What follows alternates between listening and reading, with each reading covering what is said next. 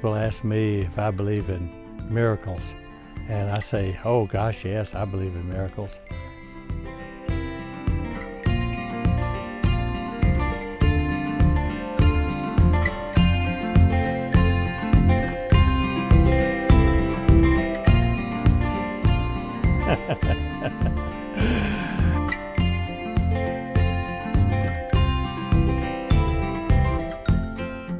I've been a runner my entire life. Some might say I'm a born runner. And growing up in rural North Carolina, I grew up with just tons of fields to run in. I started running actually my first year in high school, and my first race I ran the mile, and I found that I was fairly good at it. I finished second in the race. Very first time that I tried it. I ran track all through high school, and I was the first athlete at NC State University to run a 10-mile race or to run a 12-mile race. That meant I set records every time I ran a distance that nobody had run before. When I first came here, there was no cross-country team. So I went and met the athletic director and told him that I was interested in Florida Southern having a cross-country program. So along with teaching, I had that role as a volunteer coach. So I did that for the next 12 years, while being a full-time sociology professor. I knew exactly what I wanted to do, never went to college, and that was to be an engineer. So I studied engineering for 2 years. I began to ask myself, what in the world was I doing studying engineering when I enjoyed working with people and I enjoyed being a youth worker there in the church? I found myself fascinated by sociology, psychology, religion, and philosophy. So when it came to studying in graduate school, I said, why not do that which I'm really the most interested in and that I have a passion for doing? Dr. King said that if a person has not found something that they're willing to die for, that person is not fit to live. Well, I enjoyed engineering, but I was not willing to dedicate my life to engineering or to architecture.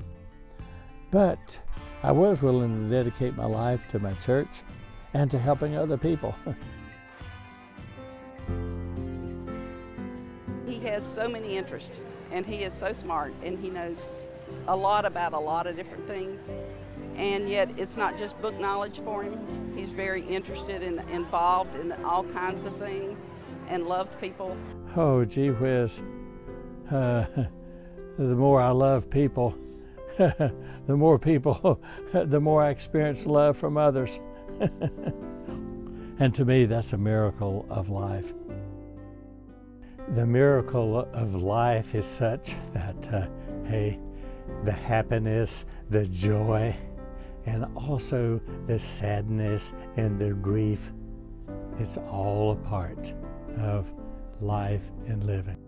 With the sadness of the death of the first wife and mourning, going through that period of grief, you make room for another person in your life, or you can mourn that forever and ever.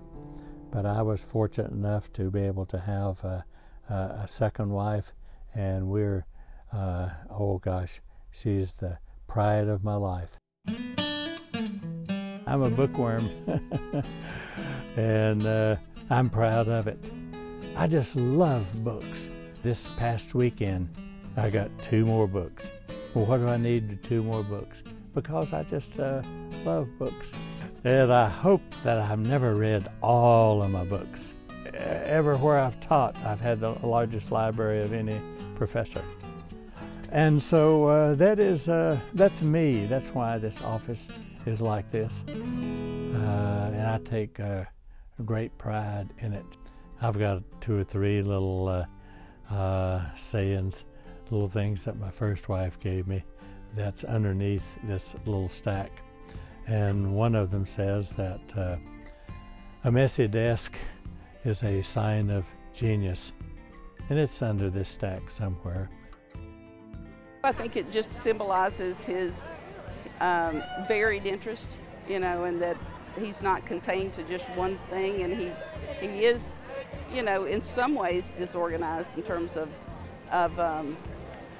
putting things in a place and all, but it's not a disorganization of thought or you know, of purpose or anything. He really is a very organized person. And you know, it's fascinating. My colleagues here at the college, I love them, in the sociology and criminology department. Over the years, they will say, "We can't find the minutes of the last meeting. We've looked everywhere." I say, "Right here they are." Here, oh, Plowman, you're unbelievable. How can you do that? Well, that is me. I don't know how I do that. It's just there. I have that particular gift of remembering things that most people don't remember.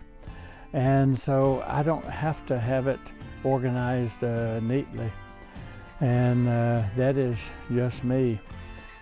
May God open the eyes of the King of England, because one day the lowly plowman will be able to read the Bible as well as the Pope and the Catholic Church leaders. The lowly plowman, he said.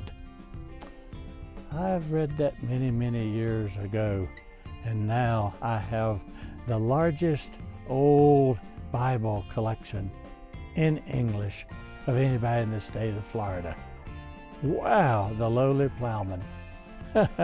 I consider that to be miraculous.